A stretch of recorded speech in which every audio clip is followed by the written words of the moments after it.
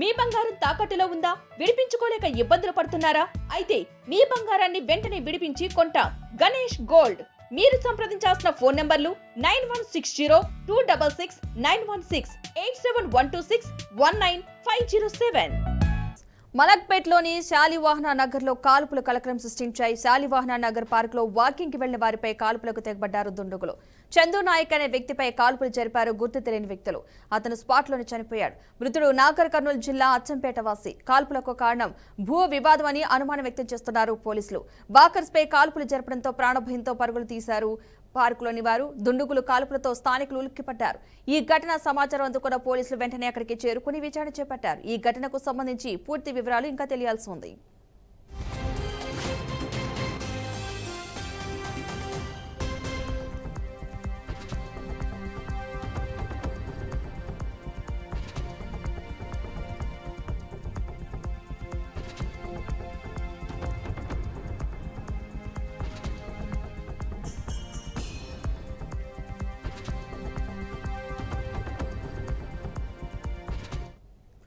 మలక్పేట్లోని శాలివాహన నగర్ లో కాల్పుల కలకలం సృష్టించాయి. శాలివాహన నగర్ పార్క్ లో వాకింగ్ కి వెళ్లిన వారిపై కాల్పులకు తెగబడ్డారు దుండగులు. చందు నాయక్ అనే వ్యక్తిపై కాల్పులు జరిపారు గుర్తు తెలియని వ్యక్తులు. అతను స్పాట్ లోనే చనిపోయాడు. మృతుడు నాగర్ కర్నూలు జిల్లా అచ్చంపేట వాసి. కాల్పులకు కారణం భూ వివాదం అని అనుమానం వ్యక్తం చేస్తున్నారు పోలీసులు. వాకర్స్ పై కాల్పులు జరపడంతో ప్రాణభయంతో పరుగులు తీశారు పార్కులోని వారు. దుండుగుల కాల్పులతో స్థానికులు ఉలిక్కిపడ్డారు. ఈ ఘటన సమాచారం అందుకున్న పోలీసులు వెంటనే అక్కడికి చేరుకుని విచారణ చేపట్టారు. ఈ ఘటనకు సంబంధించి పూర్తి వివరాలు తెలియాల్సి ఉంది.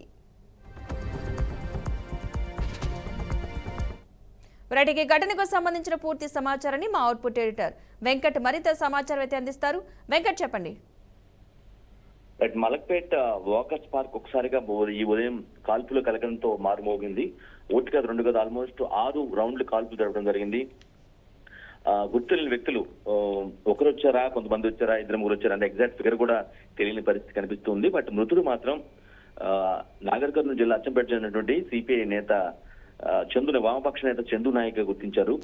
అతన్ని అంత పాశవికంగా టార్గెటెడ్ గా ఎందుకు కాల్ చంపారనే విషయం పైన పోలీసులు ఆరాధిస్తున్న పరిస్థితి కనిపిస్తుంది. శాలివాహన్ నగర్ పార్క్ లో ఉన్నటువంటి ఆయన రోజు జనరల్ గా చందు నాయక్ అనే వ్యక్తి రోజు డైలీ లాగానే ఈ రోజు కూడా ఆ పార్క్ కి వెళ్ళటం, ఆ పార్క్ లో వాకింగ్ చేస్తూ ఉంటారు. ఆయన ఈ రోజు కూడా రోజులని వెళ్ళడం జరిగింది. బట్ అనూహ్యంగా ఊహించిన విధంగా ఎవరు కూడా అట్లా విధంగా కొంతమంది వచ్చి కాల్పులు జరపడం, పూర్తిగా ఆయన చనిపోయిన తర్వాత అక్కడి నుంచి పరారైనట్టుగా అర్థమవుతుంది. 6 రౌండ్లు కాల్పులు జరపడం జనరల్ గా ఒక బుల్లెట్ ఫైర్ అవుతేనే ఆల్మోస్ట్ మనకి ఛాన్స్ ఉండదు. అటువంటిది 6 అంత పాశవికంగా కక్షపూరితంగా చంపినట్టుగా అర్థమవుతూ ఉంది. అసలు ఎందుకు చంపారు, ఎందుకు చంపారు, ఎందుకు చంపాల్సి వచ్చింది అనేది ఇప్పటికి కూడా ఒక పోలీసులకి ఒక మిస్టీరియస్ గా మారింది. దానికి సంబంధించి కేసు దర్యాప్తు చేస్తున్నారు. జనరల్ గా ఏంటంటే ఫైరింగ్ అనేది, గన్ యూసేజ్ అనేది చాలా అడ్డుగా జరుగుతూ ఉంటుంది. పక్క ప్లాన్ తోనో లేదంటే బాగా పెద్ద స్కెచ్ వేసుకోనో, ఇంకేంటే పెద్ద డీప్ రీజనో లేదంటే బలమైన రీజన్ ఏదో ఉంటేనే జనరల్ గా ఇటువంటి వారిని హైర్ చేసుకొని గన్లు అంటే నాటు తుపాకీలో లేదంటేనేమో కంట్రీ మేడ్ రివాల్వర్స్ ని తెచ్చుకొని సడన్ గా వచ్చి అలా అటాక్ చేస్తూ పోతూ ఉంటుంది. సో ఇక్కడ ఈ ప్రాస్పెక్ట్ ఇక్కడ చందు నాయక్ సంబంధించి ఏ ప్రాస్పెక్ట్ లో ఇలా కాల్పు జరిపారనేది మాత్రం చాలా అంటే మనకందిన సమాచారం ప్రకారం అంటే ఒక భూ వివాదమే దీనంతటి కారణం అని ఒక తెలుస్తూ ఉంది. జనరల్ గా ఏంటంటే వామపక్ష నేతలు భూములు సంబంధించి ఏదంటే ల్యాండ్ గ్రాబింగ్ చేస్తానో లేదంటే ఇంకేదన్నా చేస్తానో వాటికి వ్యతిరేకంగా వామపక్ష భావజాలం ఎక్కువ ఉంటూ ఉంది. అంటే పేదలను నిరుపేదలను తీసుకెళ్లి అక్కడ ధర్నా చేయించడం లేదంటే ల్యాండ్ అక్రమంగా కడుతున్నారు, అది కరెక్ట్ కాదు, దానిపైన పోలీసులు చర్యలు తీసుకోవాలి అంటూ జనరల్ గా ఇలాంటి డిమాండ్ వామపక్ష నేతలు వ్యక్తం చేస్తూ ఉంటారు. With the support of people, ఎవరైతే నిరుపేదలు ఉంటారో లేదంటే భూమి ఇల్లు లేని వ్యక్తులు ఉంటారో వాళ్ళని తీసుకొని ఇటువంటి సమావేశం చేస్తూ ఉంటారు. సో ఈ క్రమంలో మరి ఏం జరిగింది ఏంటనేది దానికి ముందు బ్యాక్గ్రాప్ అంటే ఈ కాల్పులకు ముందు చందు నాయక్ కి ఆ గుర్తులేని వ్యక్తులు ఎవరైతే వచ్చి దొండగులు వచ్చి కాల్పులు జరిపారో వారిని హైర్ చేసుకున్న వ్యక్తికి మధ్య ఏదైనా భూ లావాదేవీలు కానీ లేదంటే భూమికి సంబంధించి కొంత వాగ్వాదం జరగటం లేదంటే గతంలోనే కొన్ని చర్చలు జరగటం వాళ్ళిద్దరి మధ్య ఏదో బలమైన రీజన్ ఉన్న నేపథ్యంలోనే ఈ విధంగా చేశారనేది మాత్రం తెలుస్తూ ఉంది. బట్ చాలా కేసును మాత్రం చాలా సీరియస్ గా తీసుకున్న పరిస్థితి కనిపిస్తుంది. ఎందుకంటే పోలీసులు ఎవరో ఆగంతుకులు గన్ అన్లైసెన్స్డ్ వెపన్ తీసుకొచ్చి ఆ విధంగా మనిషిని కాల్చి చంపిపోతా అంటే ఎట్టి పరిస్థితుల్లో యాక్ట్ చేయారు కాబట్టి అది గన్ యూసేజ్ అనేది చాలా అత్యవసర పరిస్థితులు లైసెన్స్ ఉండి అత్యవసర పరిస్థితులు తప్పదు అంటేనే జనరల్గా ఉపయోగిస్తుంటారు. కానీ ఈ విధంగా మనుషులు చంపుకుంటూ పోయేందుకు ఒక వ్యక్తి ఎవరినో హైర్ చేసుకుని వాడి గన్ను తీసుకొచ్చి లేదంటే వాడే గన్ను చేసుకుని ఈ విధంగా కాల్చడం అనేది మాత్రం చాలా సీరియస్ అఫెన్స్ గా పోలీసులు పరిగణిస్తూ ఉంటారు. కాబట్టి ఆ వ్యక్తిని ఎట్టి పరిస్థితులు ఆ దుండగులు ఎవరైతే ఉన్నారో కాల్పులు జరిపారో ఆ వ్యక్తులను పట్టుకునేందుకు సీసీ ఫుటేజ్ కావచ్చు, లేదంటే అక్కడ ఉన్నటువంటి వాకర్స్ ఎవరైతే ఉంటారో అంటే జనరల్ గా అయితే వెంకట్ అక్కడ ఉన్న వాకర్స్ ఎవరైనా దుండగులు గుర్తించడం జరిగిందా? అసలు వాళ్ళ ఫేస్లు ఎవరైనా ఐడెంటిఫై చేసే పరిస్థితిలో ఉన్నారా?